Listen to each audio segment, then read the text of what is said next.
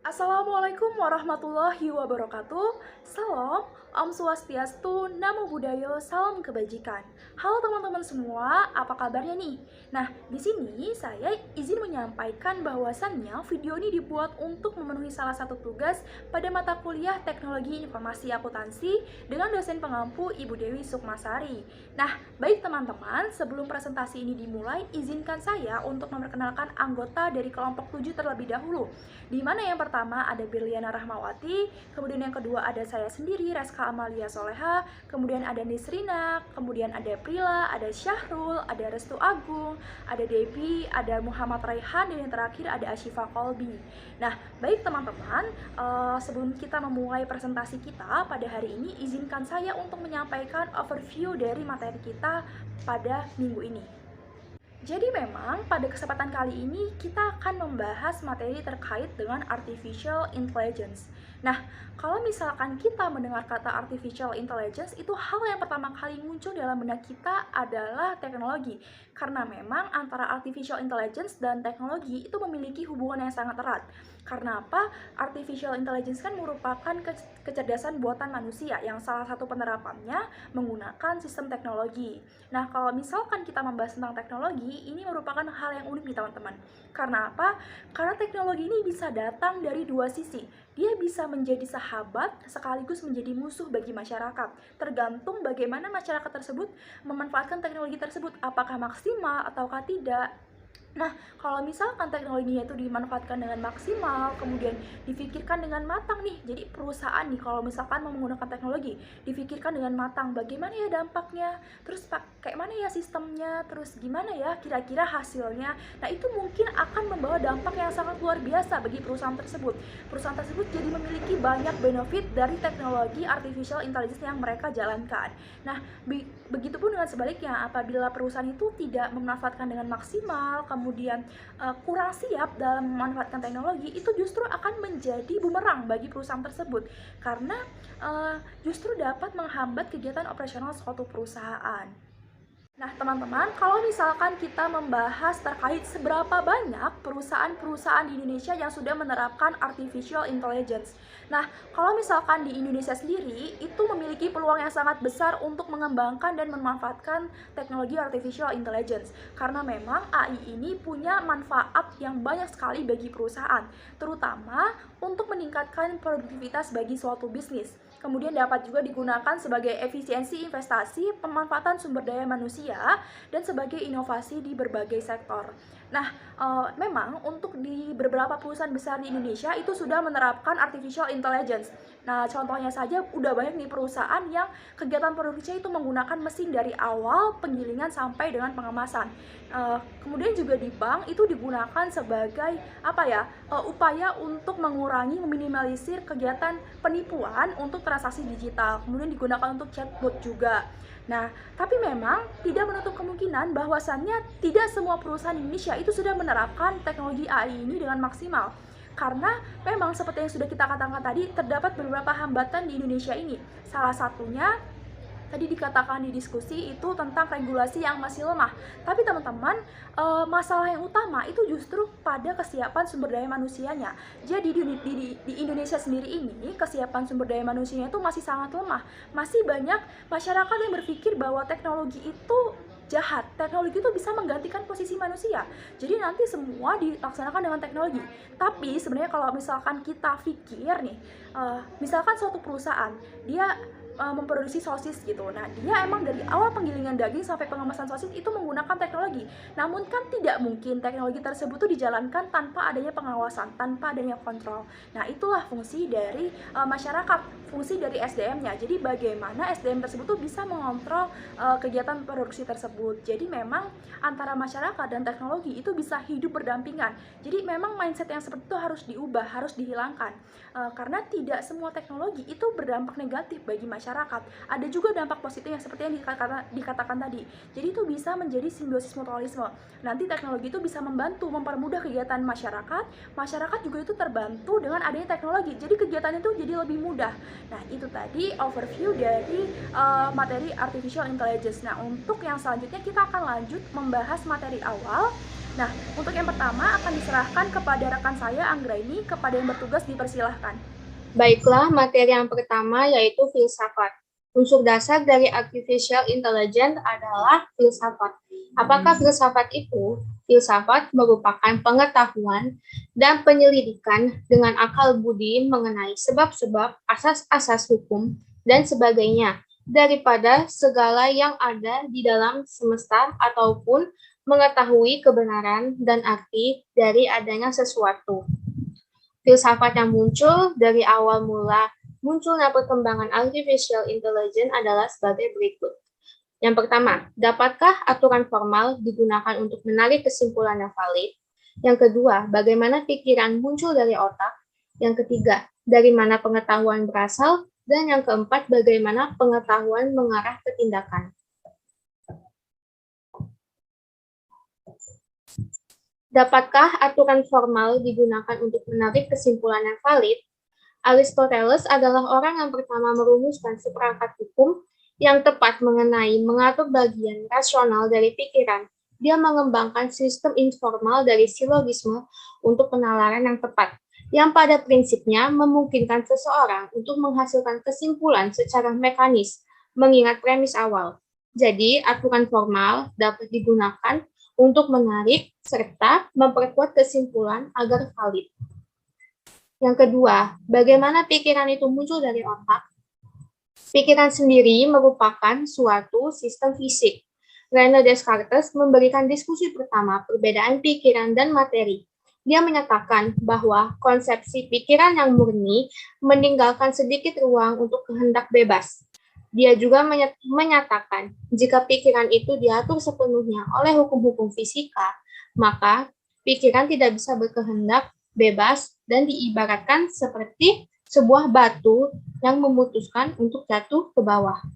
Jadi pikiran itu muncul sendiri dikarenakan pola pikir otak yang tidak dapat berhenti dan selalu mempertanyakan hal yang ada.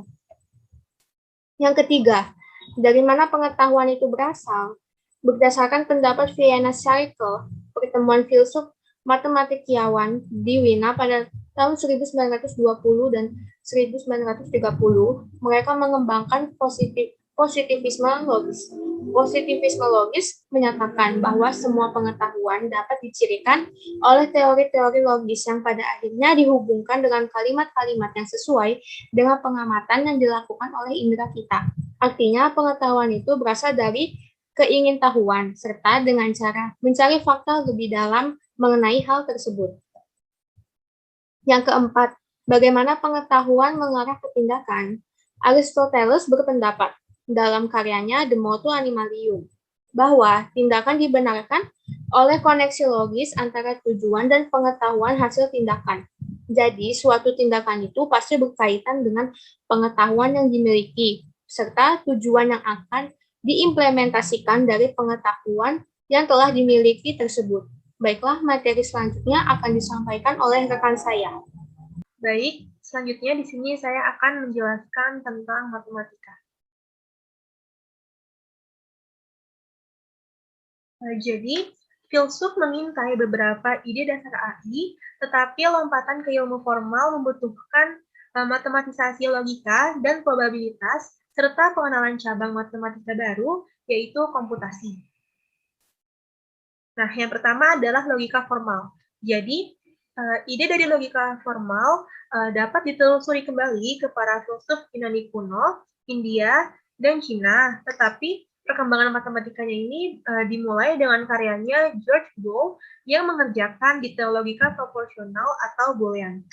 Di tahun 1879, Gottlob Frege memperluas logika Boole untuk memasukkan objek dan relasi, serta menciptakan logika orde pertama yang digunakan saat ini.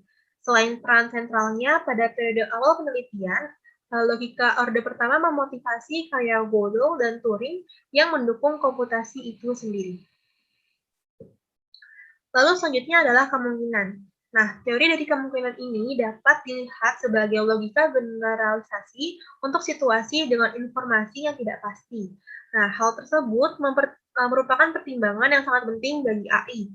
Gerolamo Cardano pertama kali membingkai gagasan probabilitas yang menggambarkannya dalam hal kemungkinan hasil dari peristiwa perjudian. Probabilitas itu dengan cepat menjadi bagian tak ternilai dari ilmu kuantitatif yang membantu menangani pengukuran yang tidak pasti dan teori yang tidak lengkap. Jacob Bernoulli dan Pierre Laplace serta lainnya juga mengembangkan teori dan memperkenalkan metode statistik baru. Selanjutnya adalah statistik. Jadi, formalisasi probabilitas dikombinasikan dengan ketersediaan data menyebabkan munculnya statistik sebagai lapangan. Nah, salah satu kegunaan pertamanya adalah sebagai analisis John Brown tentang London data sensus di tahun 1662. Ronald Fisher itu juga dianggap sebagai ahli statistik modern pertama karena beliau menyatukan ide-ide probabilitas, desain eksperimen, analisis data, dan komputasi di tahun 1919. Sejarah komputasi setua sejarah angka, tetapi non-trivial pertama, algoritma, dianggap sebagai algoritma Euclid untuk menghitung pembagi persekutuan terbesar. Kata algoritma sendiri itu berasal dari Muhammad bin Musa al-Khawarizmi yang merupakan seorang matematikawan di abad ke-9. Yang tulisannya ini juga memperkenalkan angka dan aljabar Arab ke Eropa. Sekian yang dapat saya jelaskan. Untuk materi selanjutnya akan disampaikan oleh rekan saya. Selanjutnya, saya akan menjelaskan tentang ekonomi. Jadi, ilmu ekonomi ini berasal dari tahun 1776, ketika Adam Smith yang lahir pada tahun 1723 sampai 1790 ini menerbitkan penyelidikan sifat dan penyebab kekayaan bangsa. Jadi, kebanyakan orang ini menganggap ekonomi sebagai tentang uang, dan memang menganalisis matematis pertama dari keputusan di bawah ketidakpastian. Jadi Daniel Bernoulli pada tahun 1738 ini memperhatikan bahwa formula ini tampaknya tidak bekerja dengan baik untuk jumlah uang yang lebih besar tentunya, seperti investasi dalam ekspedisi perdagangan maritim. Nah, Daniel Bernoulli ini mengusulkan sebagai gantinya sebuah prinsip yang didasarkan pada maksimalisasi utilitas yang diharapkan dan menjelaskan pilihan investasi manusia dengan mengusulkan bahwa utilitas marginal dari sejumlah uang tambahan ini berkurang ketika seseorang memperoleh lebih banyak uang. Nah, untuk teori keputusan adalah teori yang menggabungkan antara teori probabilitas dengan teori utilitas. Nah, teori keputusan ini menyediakan kerangka kerja formal dan lengkap untuk keputusan individu, yang tentunya dibuat di bawah ketidakpastian, yang artinya dalam kasus ini, di mana deskripsi probabilistik ini secara tepat menangkap lingkungan pembuat keputusan. Nah, hal ini tentunya cocok untuk ekonomi yang besar atau berskala besar, di mana setiap agen ini tidak perlu memperhatikan tindakan agen lainnya sebagai individu. Tetapi untuk ekonomi kecil, situasinya ini jauh lebih berbeda, bahkan lebih seperti permainan, yaitu tindakan satu pemain ini dapat secara signifikan mempengaruhi pemain yang lain atau utilitas yang lain, baik positif ataupun negatif. Nah, sekian presentasi dari saya. Selanjutnya akan dijelaskan oleh rekan saya. Terima kasih. Baiklah, saya akan melanjutkan materi mengenai tentang ilmu saraf. Ilmu saraf adalah studi tentang sistem saraf, terutama otak. Dapat dikatakan juga sebagai ilmu yang mencoba mengungkap misteri otak. Telah lama diketahui bahwa otak manusia entah bagaimana berbeda. Sekitar 335 sebelum Masehi, Aristoteles menulis, dari semua hewan, manusia memiliki otak terbesar sebanding dengan ukurannya. Namun, baru pada pertengahan abad ke-18, otak secara luas diakui sebagai pusat kesadaran. Sebelum itu, lokasi kandidat termasuk jantung dan limpa. Next. Selanjutnya itu investigasi Paul Broca tahun 1861 tentang afasia defisit bicara pada pasien dengan kerusakan otak. Ini memulai studi tentang organisasi fungsional otak dengan mengidentifikasi area terlokalisasi di hemisfer kiri, sekarang disebut area Broca, yang bertanggung jawab untuk produksi bicara. Pada saat itu diketahui bahwa otak sebagian besar terdiri dari sel-sel saraf atau neuron, tetapi baru pada tahun 1873 Camillo Golgi mengembangkan teknik pewarnaan yang memungkinkan pengamatan neuron individu. Teknik ini digunakan oleh Santiago Ramon Y. Cajal 1852-1934 dalam studi perintisnya tentang organisasi saraf. Sekarang diterima secara luas bahwa fungsi kognitif dihasilkan dari operasi elektrokimia dari struktur ini. Next. Selanjutnya itu ada Hans Berger tentang penemuannya tahun 1929, penemuan elektroencephalografi. Yaitu menggunakan pengukuran aktivitas otak utuh dimulai pada tahun 1929. Selanjutnya itu ada Ogawa DKK, Cabeza, dan Nyberg. Itu tentang pengembangan pencitraan resonansi magnetik fungsional yang memberikan para ilmuwan saraf gambaran rinci aktivitas otak yang belum pernah terjadi sebelumnya, memungkinkan pengukuran yang sesuai dengan cara yang menarik untuk proses kognitif yang sedang berlangsung. Yang ketiga yaitu ada Lebedev dan Nicolelis tentang pengembangan dari antarmuka otak mesin. Pengembangan dari antarmuka otak mesin, untuk keduanya penginderaan dan kontrol motorik tidak hanya menjanjikan untuk mengembalikan fungsi individu cacat, tetapi juga menjelaskan banyak aspek sistem saraf. Temuan luar biasa dari penelitian ini adalah bahwa otak mampu menyesuaikan diri untuk berhasil berinteraksi dengan perangkat eksternal, memperlakukannya seperti organ atau anggota tubuh lainnya. Next. Oke, selanjutnya itu ada tentang perbedaan otak dan komputer. Komputer memiliki waktu siklus 1 juta kali lebih cepat daripada otak, sedangkan otak menebusnya dengan penyimpanan dan interkoneksi yang jauh lebih banyak daripada komputer pribadi kelas atas. Meskipun superkomputer terbesar cocok dengan otak pada beberapa metrik. Sekian materi yang dapat saya sampaikan. Materi selanjutnya akan disampaikan oleh rekan saya. Materi selanjutnya yaitu psikologi. Psikologi adalah salah satu bidang ilmu pengetahuan dan ilmu terapan yang mempelajari tentang perilaku, fungsi mental, dan proses mental manusia melalui prosedur ilmiah. Psikologi kognitif adalah cabang ilmu yang mempelajari proses mental seperti perhatian, penggunaan bahasa, daya ingat, persepsi, pemecahan masalah, kreativitas, dan pola pikir. Artificial Intelligence yang disingkat AI atau kecerdasan buatan adalah sebuah bidang keilmuan yang mengimplementasikan metode dan teknik pada mesin agar dapat menirukan kecerdasan manusia dalam membuat keputusan atau melakukan sebuah aksi. Mesin tersebut berupa sistem komputer atau robot intelijensi. Ilmu kognitif psikologi bersama-sama dengan model komputer dari AI dan teknik eksperimen dari psikologi mencoba mengkonstruksi secara tepat tentang teori perasaan dari kegiatan berpikir manusia. Next slide.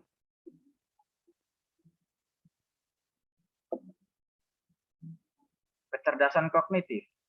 Kecerdasan tiruan kognitif atau dikenal dengan istilah Cognitive Artificial Intelligence atau disingkat CAI mengakibatkan mesin dapat menyimpan informasi yang terakumulasi, tetap tersimpan, dan terus berkembang seperti seorang manusia dari kecil sampai dewasa. Jika ia mempelajari suatu hal baru, hal-hal yang lama tentunya tidak akan dilupakan begitu saja, melainkan akan memperkaya pengetahuan. Sederhananya, bila diterapkan pada perangkat elektronik, CAI menjadikan perangkat tersebut cerdas, yakni peka terhadap kondisi sekitarnya, dapat menganalisis dan mengambil kesimpulan dari informasi yang telah dikumpulkan, kemudian mengambil tindakan atas kumpulan informasi tersebut. Next slide. Human-computer interaction. Intelligence augmentation mengacu pada peningkatan kecerdasan, meningkatkan kreativitas dan kecerdasan orang melalui data komputer. Artificial Intelligence AI atau kecerdasan buatan dirancang untuk membantu manusia dalam melakukan tugasnya. Dalam hal ini, diperlukan ilmu untuk mempelajari hubungan manusia dengan komputer melalui Human Computer Interaction atau disingkat HCI. Interaksi manusia dan komputer atau dalam bahasa Inggris dikenal dengan Human Computer Interaction atau disingkat HCI adalah disiplin ilmu yang mempelajari hubungan antara manusia dan komputer yang meliputi perancangan, evaluasi, dan implementasi antarmuka pengguna komputer agar mudah digunakan oleh manusia. Human Computer Interaction atau HCI merupakan hal-hal yang berkaitan dengan desain, penilaian, dan implementasi sistem komputer interaktif untuk penggunaan manusia serta kajian tentang fenomena yang terlibat dengannya. Sistem interaksi itu sendiri juga merupakan bagian dari sistem komputer yang dibuat, sehingga memungkinkan manusia berinteraksi dengan sistem komputer seefektif mungkin guna memanfaatkan kemampuan pengolahan yang tersedia pada sistem komputer.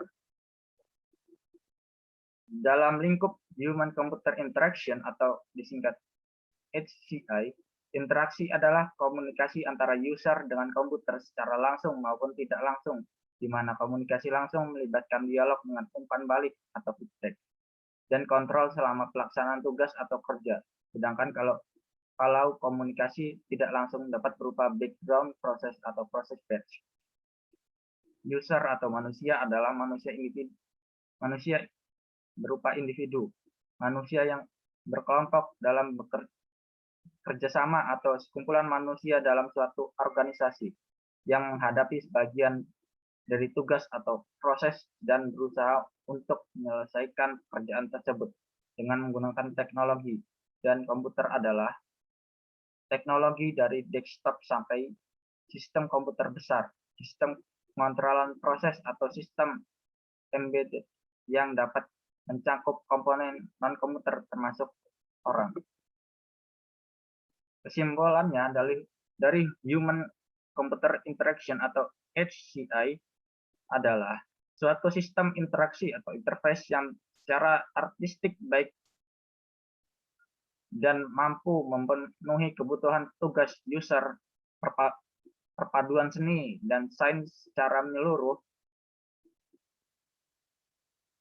Mekanisme interaksi antara user dengan paket word processing yang banyak digunakan umumnya berbasis menu dan dikelompokkan untuk merefleksikan fungsi yang dilakukan submenu tersebut.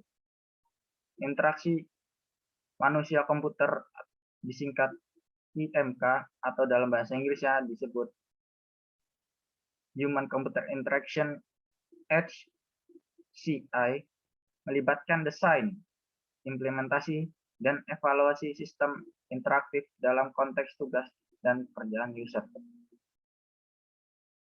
Sekian yang dapat saya sampaikan. Baik, sebelumnya perkenalkan saya Prila Mutia Indriati selaku pemateri berikutnya. Perkembangan teknik komputer pada tahun 1943. Komputer elektronik digital modern ditemukan secara independen dan hampir bersamaan oleh para ilmuwan di 3 negara yang berperang dalam Perang Dunia II. Pertama, operasional komputer adalah elektromekanis Hertz Robinson yang dibangun pada tahun 1943 oleh tim Alan Turing yang bertujuan untuk mengartikan pesan Jerman. Nah, pada tahun yang sama dengan kelompok yang sama, mereka mengembangkan Colossus, mesin serbaguna yang kuat berdasarkan tabung vakum. Operasional pertama yang dapat diprogramkan komputer adalah Z3, yang merupakan penemuan Konrad Zuse di Jerman. Ia juga menemukan angka floating point dan bahasa pemrograman tingkat tinggi pertama. Nah, sejak saat itu, setiap generasi perangkat keras komputer telah membawa peningkatan kecepatan dan kapasitas serta penurunan harga. Selanjutnya pada tahun 2005, performa meningkat 2 kali lipat setiap 18 bulan atau lebih. Ketika terjadi masalah disipasi daya menyebabkan produsen untuk mulai mengalihkan jumlah core CPU daripada kecepatan clock, dengan harapan bahwa peningkatan fungsionalitas di masa depan akan datang dari paralelisme masif. Selanjutnya pada tahun 2012, mulai banyak nih perubahan. Di antaranya, ada peningkatan 300.000 kali lipat yang berarti 2 kali lipat setiap 100 hari atau lebih. Kemudian pada tahun 2018, model pembelajaran mesin yang membutuhkan waktu 1 hari penuh untuk dilatih pada tahun 2012 hanya membutuhkan waktu 2 menit pada tahun 2018.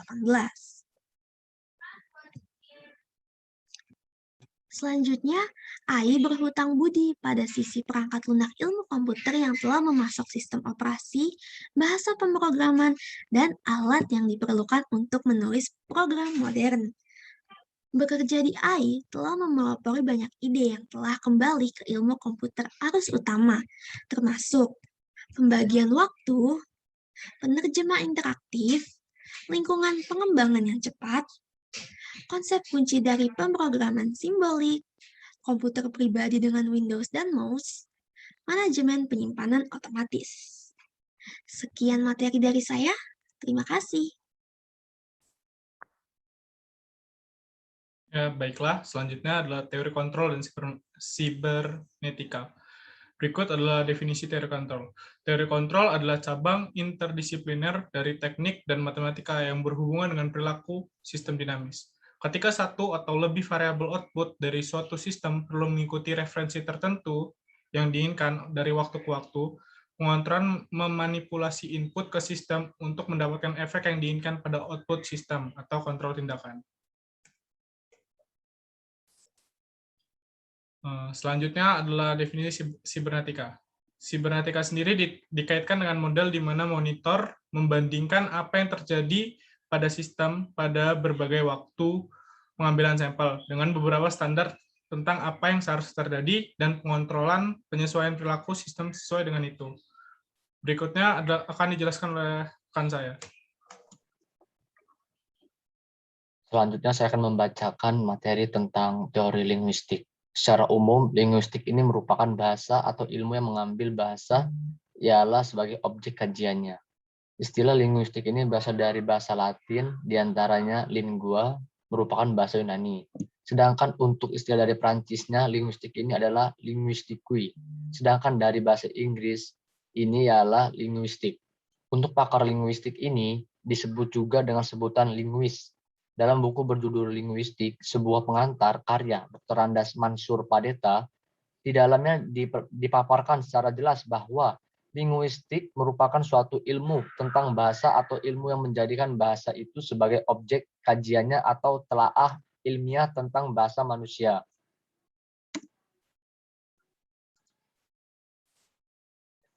Selanjutnya, pada dasarnya tiap-tiap ilmu, tidak terkecuali ilmu linguistik, telah atau sudah mengalami 3 tahap perkembangan diantaranya sebagai berikut.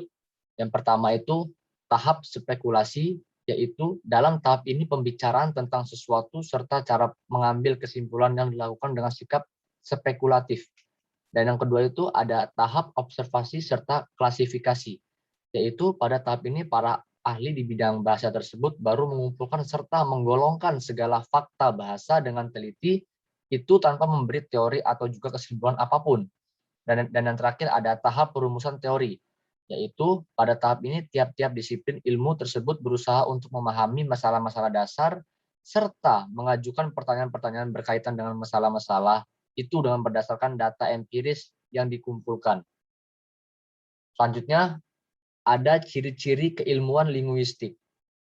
Kristal juga menyimpulkan bahwa linguistik ini mempunyai 3 ciri diantaranya. Yang pertama ada eksplisit, ini maksudnya jelas, tidak mempunyai 2 makna menyeluruh, pasti atau konsisten. Yang kedua itu ada sistematis. Sistematis ini maksudnya berpola dan beraturan. Dan yang terakhir itu ada objektif. Ini maksudnya adalah sesuai keadaan atau apa adanya. Selanjutnya ada jenis-jenis linguistik.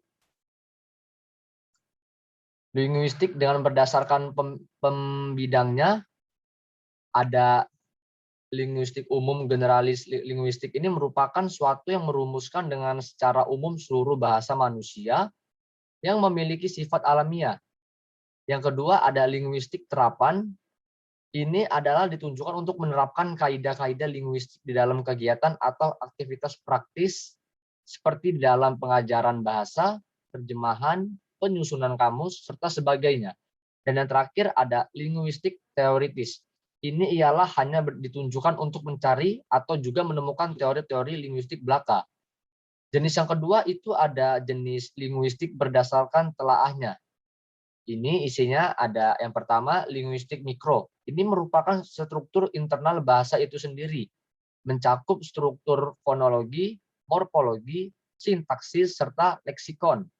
Yang kedua ada linguistik makro. Ini adalah suatu bahasa di dalam hubungannya itu dengan faktor-faktor di luar bahasa, seperti misalnya sosiolinguistik, psikolinguistik, antropolilinguistik, dan dialektologi. Selanjutnya jenis yang ketiga ada linguistik berdasarkan pendekatan objek. Ini isinya yang pertama ada linguistik deskriptif. Ini merupakan linguistik yang hanya menggambarkan bahasa apa adanya pada saat penelitian dilakukan. Yang kedua itu ada linguistik perbandingan.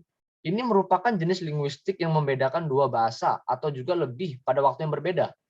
Yang ketiga ada linguistik kontrastif.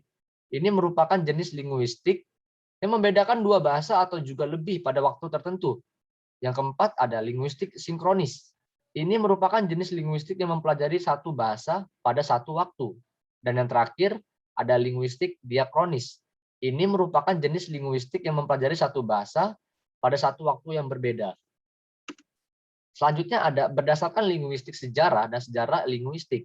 Yang pertama itu ada linguistik sejarah. Ini merupakan mengkaji perkembangan serta perubahan suatu bahasa atau sejumlah bahasa, baik itu dengan diperbandingkan maupun tidak.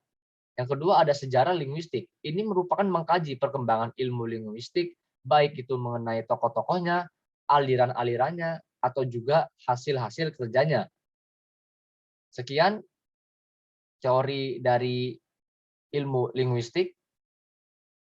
Selanjutnya saya serahkan kepada rekan saya.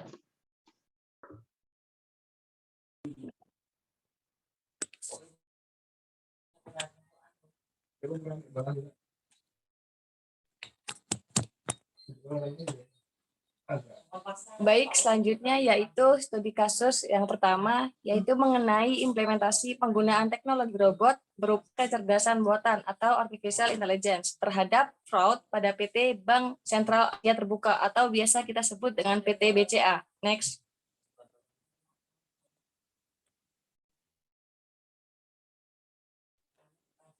Nah, jadi pada PT BCA ini, teknologi artificial intelligence terbukti telah mampu mencegah terjadinya fraud di transaksi digitalnya. Next. Seperti yang kita ketahui bahwa industri perbankan sangat rentan mendapat serangan siber, mengingat bahwa industri ini juga menjadi tempat uang berkumpul. Jadi para penjahat siber terus mencari celah keamanan untuk mengeksploitasi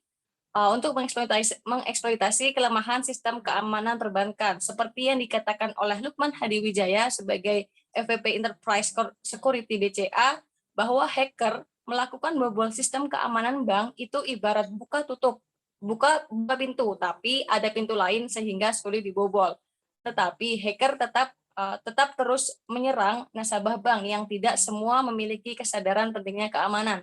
Seperti halnya tidak semua pengguna yang mengupdate sistem keamanan aplikasi perangkat seperti smartphone-nya dan menginstal antivirus. Next.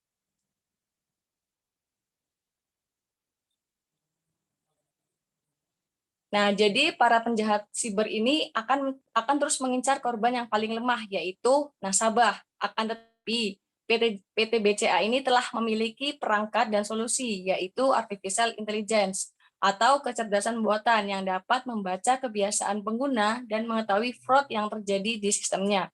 Dan kecepatan artificial intelligence ini dapat membantu BCA untuk memberikan solusi pengamanan yang cepat dibanding jika menggunakan cara manual. Teknologi artificial intelligence mampu membaca kebiasaan para karyawan di kantor.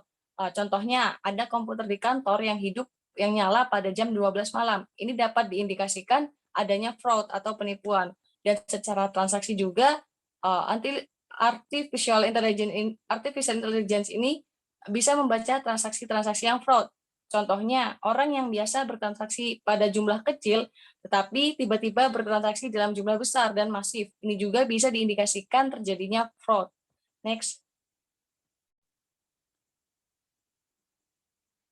Nah, dengan begitu dapat disimpulkan bahwa teknologi artificial intelligence ini sangat membantu PT BCA, dan juga pastinya PT BCA ini akan terus mengembangkan teknologi artificial intelligence-nya sehingga transaksi digital konsumen lebih aman dan terjamin. BCA juga melihat solusi dari artificial intelligence ini memberikan manfaat yang besar untuk mencegah adanya fraud atau kebocoran data. Jadi jika kebocoran data terjadi, maka reputasi perusahaan yang akan jatuh. Maka dari itu dapat kita ketahui, dapat kita simpulkan bahwa artificial intelligence ini sudah sangat berpengaruh besar pada PT BCA. Jadi sekian pembahasan kasus yang pertama dari saya. Selanjutnya yang mengenai pembahasan kasus kedua akan dibahas oleh rekan saya. Terima kasih. Baik teman-teman, di sini saya izin melanjutkan materi yang sudah disampaikan sebelumnya oleh rekan saya, yaitu Berliana, di mana hal yang dapat kita simpulkan bahwasannya memang artificial intelligence ini memiliki banyak sekali dampak positif bagi perusahaan. Tadi kan di studi kasus yang pertama dijelaskan bahwa artificial intelligence ini digunakan pada Bank BCA sebagai tindakan preventif untuk kegiatan penipuan pada transaksi digital.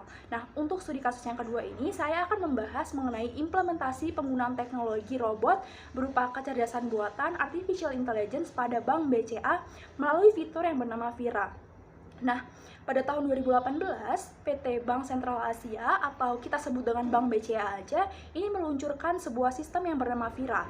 Nah, ini merupakan sistem virtual yang dilengkapi dengan teknologi kecerdasan buatan untuk melayani pelanggan BCA lewat aplikasi media sosial. Nah, Vira sendiri itu menggunakan teknologi yang bernama NLP, jadi Natural Language Processing, sehingga dapat memahami bahasa sehari-hari yang digunakan nasabah untuk bertanya, dan teknologi robot berupa kecerdasan buatan. Jadi ini semacam chatbot gitu teman-teman. Jadi kalau misalkan kita bertanya itu langsung dijawab otomatis oleh sistem. Jadi bukan admin lagi yang balas, tapi emang udah dari kecerdasan buatan manusia itu sendiri.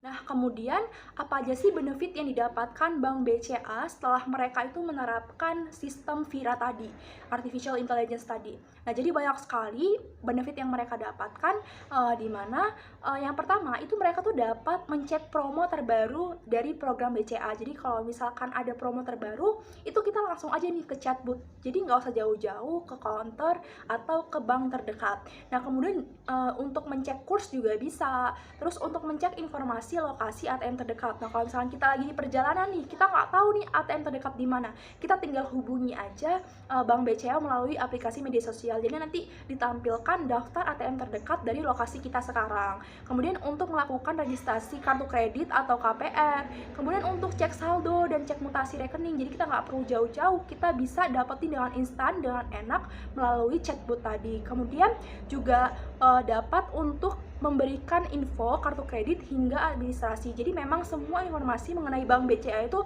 tercover pada sistem yang bernama Vira ini. Jadi memang banyak sekali manfaatnya dari artificial intelligence ini. Jadi kan lebih mudah, jadi lebih praktis gitu teman-teman. Jadi kita nggak perlu nih jauh-jauh ke bank, karena melalui handphone saja kita dapat mengakses semua informasi yang kita butuhkan. Nah, baik, untuk slide selanjutnya kita akan membahas bagaimana sistem Vira ini dapat diakses oleh nasabah. Nah, seperti yang sudah kita katakan tadi sebelumnya, sudah saya sampaikan sebelumnya, bahwasannya Vira ini kan menggunakan teknologi chatbot yang dikembangkan oleh BCA menggunakan teknologi kecerdasan buatan atau teknologi AI tadi. Nah, sehingga nasabah itu dapat memperoleh informasi yang sifatnya mendasar secara mudah, tanggap, dan juga responsif.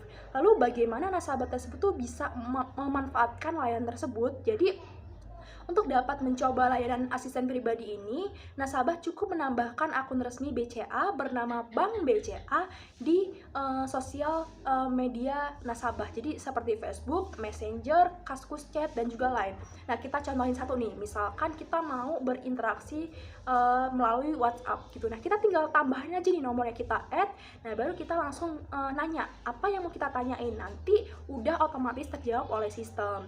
Nah, jadi di sini teman-teman, saya dapat menarik kesimpulan bahwasannya artificial intelligence ini memberikan banyak sekali manfaat, khususnya pada Bank BCA. Jadi dengan Bank BCA ini menggunakan artificial intelligence, mereka tuh dapat mengakses layanan Vira tadi. Kemudian bisa juga untuk tindakan preventif kegiatan penipuan, sehingga Layanan chat tadi itu, yang Vira tadi itu dapat digunakan kapanpun dan dimanapun, jadi lebih praktis dan lebih menghemat waktu. Nah, itu aja teman-teman presentasi dari saya, dimana pada slide berikutnya ini terdapat bahan diskusi, dimana kita menampilkan 2 artikel dan juga 2 video YouTube. Nah, mungkin nanti teman-teman bisa akses melalui link deskripsi yang ada di bawah. Nah, itu aja presentasi dari kelompok kami. Saya akhiri. Wassalamualaikum warahmatullahi wabarakatuh.